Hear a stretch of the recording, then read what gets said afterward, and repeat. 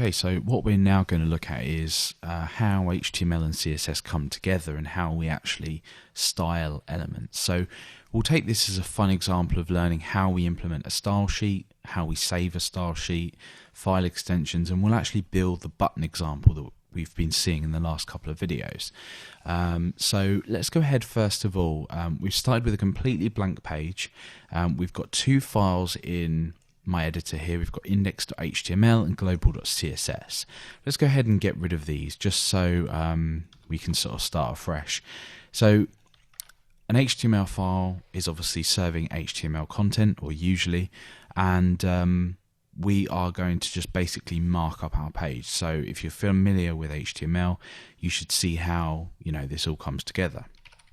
So we'll go ahead and we'll use an HTML5 doc type. So that's just a doc type probably recommended to use now.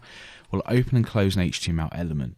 Now I'm just going to stop there for a minute because it's important to understand elements from the point of CSS as well. So when we create an HTML element, we're creating something that we can technically target with CSS. So any element in CSS you can go ahead and target.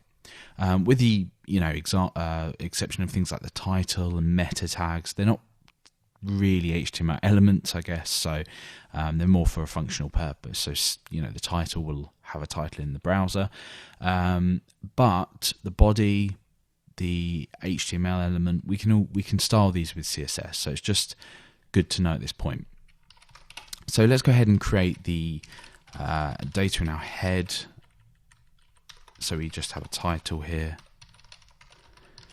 and that is CSS, and we'll go ahead and we will do things properly. We'll go ahead and set our character set as well to UTF-8, just so characters are displayed properly. And we'll go ahead and skip linking in our style sheet for now, because I'm going to go ahead and create the body element. So again, the body element, like I said before, can be styled with CSS if we want to. There are cases where you need to do that, for example a global font or something like that, font sizing, background color to your page, anything like that really. So what we're now going to do is we're going to think about setting up our page in terms of applying CSS. So we're going to go ahead and create a new file. Now I'm not going to do anything in there at the moment. I'm going to save this. Now we want to keep all of our style sheets, which is basically the files that contain our CSS files, separately from our root directory. So I'm going to go ahead and I'm going to create a new file called CSS, a new folder called CSS.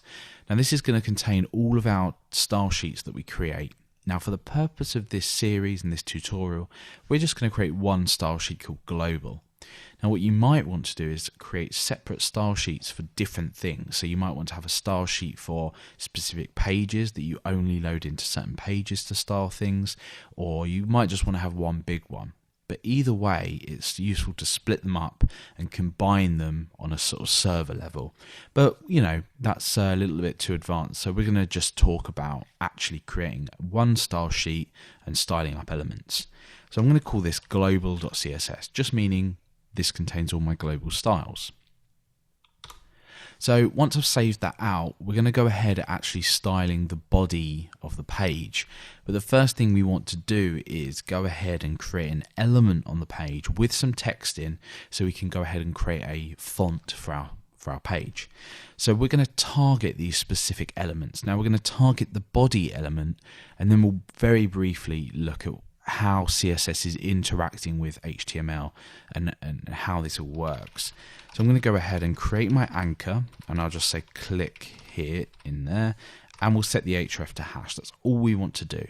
So again, let's go ahead and just preview this. You can see that we've got a click here button, and it's there, and we've already spoken in the first video about our user agent style sheet. So we can use this as a sort of guide as what we want to override, and we'll then start to look at sort of the more advanced things we can do, and then we'll style up this button for fun. So we know that we want to set a color and a text decoration. We're not going to worry with the cursor at the moment because I'm fine with it being the hand icon, but yeah, the color we want to change, text decoration, and all sorts of things. So how do we want to first of all go ahead and change the styles of the entire page? Well, we target the body element. So this is how we interact or we apply styles to HTML elements, we go ahead and type the name of the element, and we open and close curly braces, and all of the properties go inside here. Now this is just basically standard syntax. You learn this once and you'll have the hang of doing it. There's no real special syntax in CSS. This just means target this element and apply the styles that I want to create within it to that element. So what we could do is we could technically say something like background color black. So this is a hex value for black, or more commonly shown with 6 zeros. You can also type black, for example, like this. And background color is just a single property that changes the background color of an element.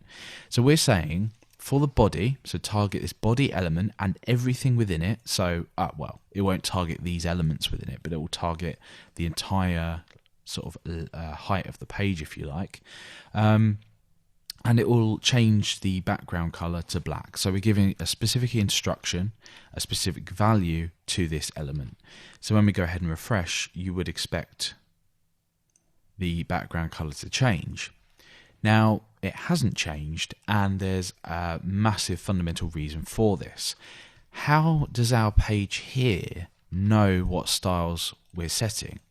There's no way that it can sort of say, this page can say to itself, I look inside the CSS directory and pick out this global CSS file and apply it to the body. What we need to do is we need to tell this page with specific markup where to find the style sheet for this page. And we do this in the head of our page. Now we load the styles in the head of the page, and we load JavaScript. If you've learnt JavaScript or you are, somewhat familiar with JavaScript, we add JavaScript down here. Now the reason we do this is because if, for example, you created a page and you had lots of different elements on it, and it was quite a hefty page, had maybe a lot of text or lots of data to load in, and you had your style sheet loaded at the bottom, what that would mean is your page would look very plain until that style sheet has loaded. Now the reason we put the style sheet at the top is because the browser will look for the style sheet, load that in. Once the markup's loaded, it can then immediately apply the styles to the markup you've created. And what that does is it means that you never really, or you shouldn't ever see a flicker between plain and then nicely styled. So we do this in the head of the page for that reason. Let's go ahead and do that. So it's a link element, so we can sort of close that off. And we apply 2 attributes here. One is what it is, and in this case it's just a style sheet. And the second is the href, meaning the location. So in this case we know it's in CSS and then global.css. So we just type CSS/global.css, and that's basically loaded in our style sheet. Now, quick tip, when I refresh now, the page will go black, but a quick tip, if you look in your network tab and you refresh, you can see that this global.css file has been loaded in. This meaning the sort of root page, if you like, or the page that you're currently viewing, as shown in your URL bar, and this is what's loaded in. So we've loaded in our global.css, and now you can see that our styles that we created have been loaded in, and it even gives us the file that we're actually, the file where these styles are held, and the line number. So this is the file and the line number. So if I click on this, you can sort of takes us over, and it says, this is the element that you're looking at, and this is why these particular styles exist. Now, remember earlier we looked at cascading. So if I was to, or spoke about cascading rather, if I was to now go ahead and say background color FFF or FFFF or white, then what happens is this takes over that style. And you can see this here, and this, Element Inspector gives us a really good idea of how this is taking it over, and it sort of represents it with a line being crossed through it. So in this case, we've got background color black and then background color white. Because it's cascading, remember cascading style sheets, CSS, it's taken this over. So that means we've applied the same style to the same element. Now what happens if we were to say we want this to be HTML background color white? Well, in this case, nothing will be overridden, but the HTML of the page will be white, and the body is now black. So this starts to get a little bit more confusing. But that's where sort of specificity comes into things, but we'll just ignore that sort of for now. Later on we'll look at that. So the body of the page, we don't want to go ahead and set the background to black. That's completely useless. But what we do want to do is go ahead and use the font family property to set a font family. Now we're not going to look into fonts now because this is basically just looking at how we're interacting with the page, but we'll go ahead and just set a font of Trebuchet MS, and that's a sans serif font, so we provide a sans serif backup, and that will change the font and it looks a little bit nicer. It's a little bit more readable than Times New Roman, or for web purpose anyway.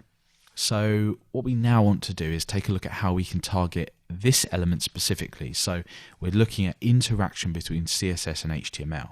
Now remember, this by default has a color of WebKit link, text decoration of underline, and a cursor of auto.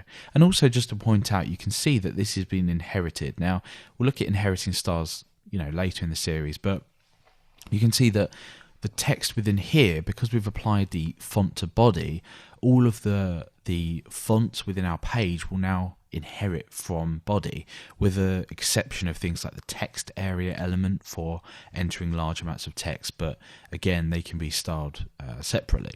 So this has been inherited, so that's why this, as well as any text that we enter here, so I could type hello there, up there, and you can see that that also has changed as well. So the text within elements will also change too.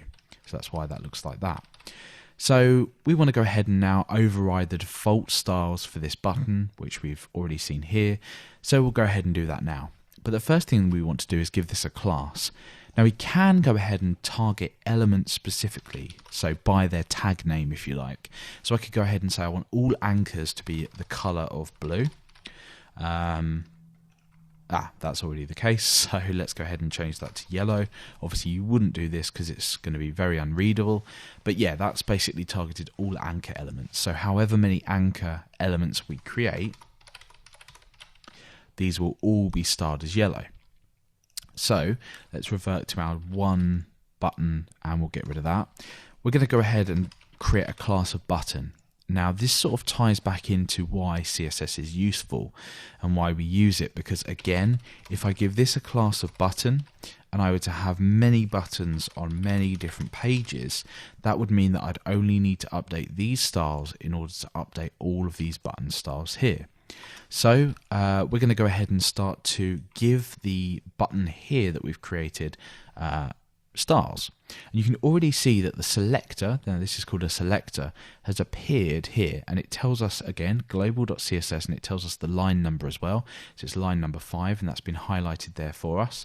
So we know now that we can start applying styles here, and we can override the ones. Now learning property names to style HTML elements is purely just learning them. There's no real trick to knowing what property names you should use. Again, it doesn't really matter what order you use these in, but it's generally a good idea to, just keep practicing and just learn which elements do which. And in this case, the background will change the background color.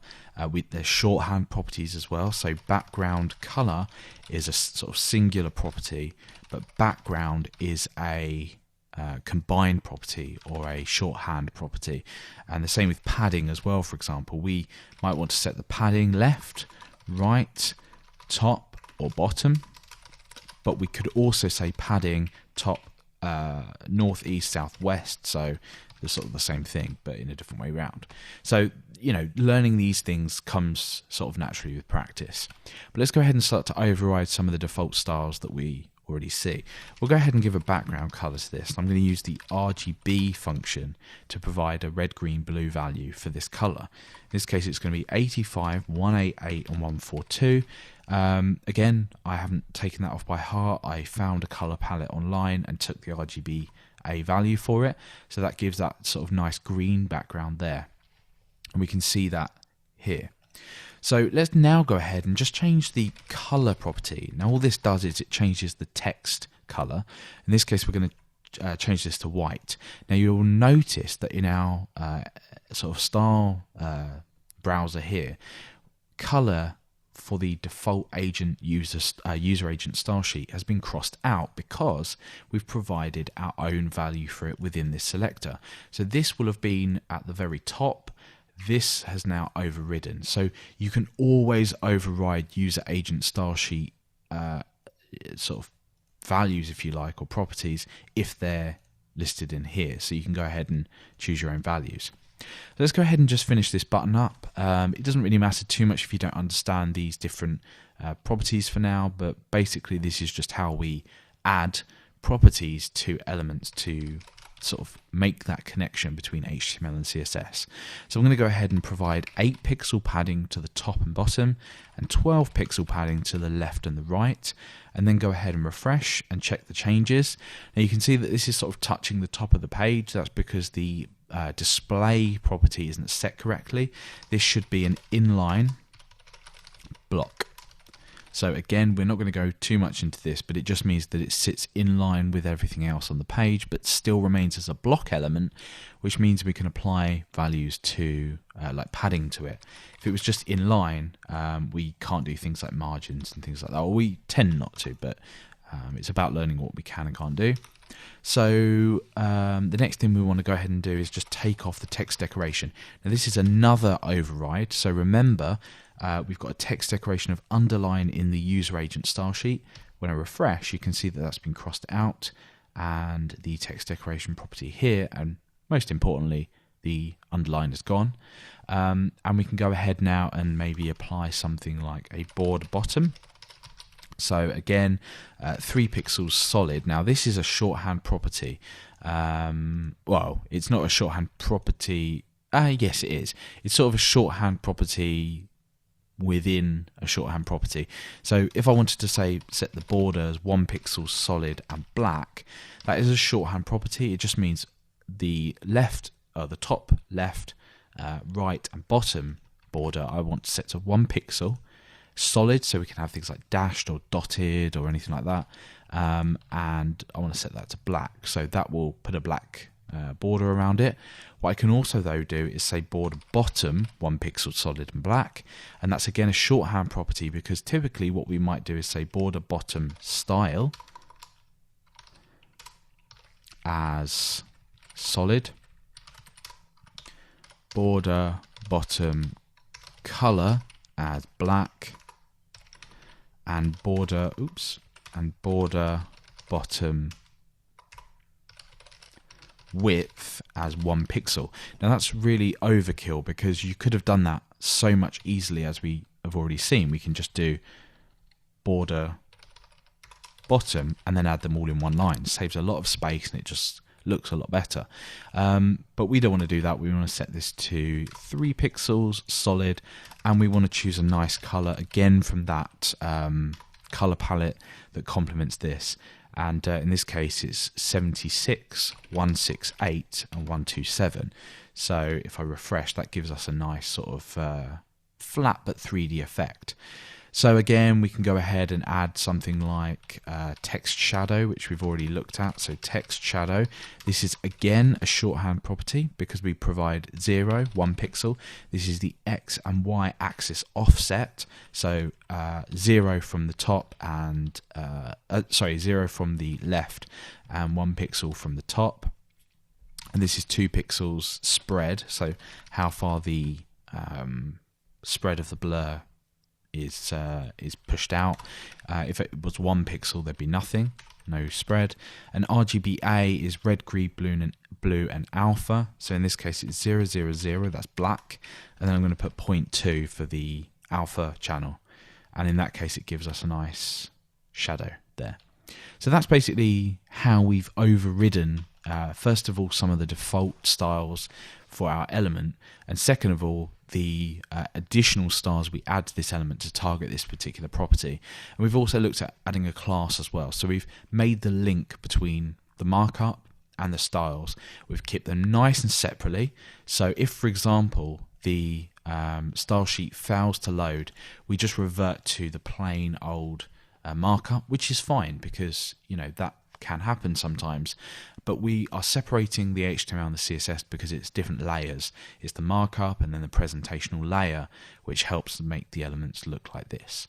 So we've looked at basically how we connect the two and looked at this cool button example along the way.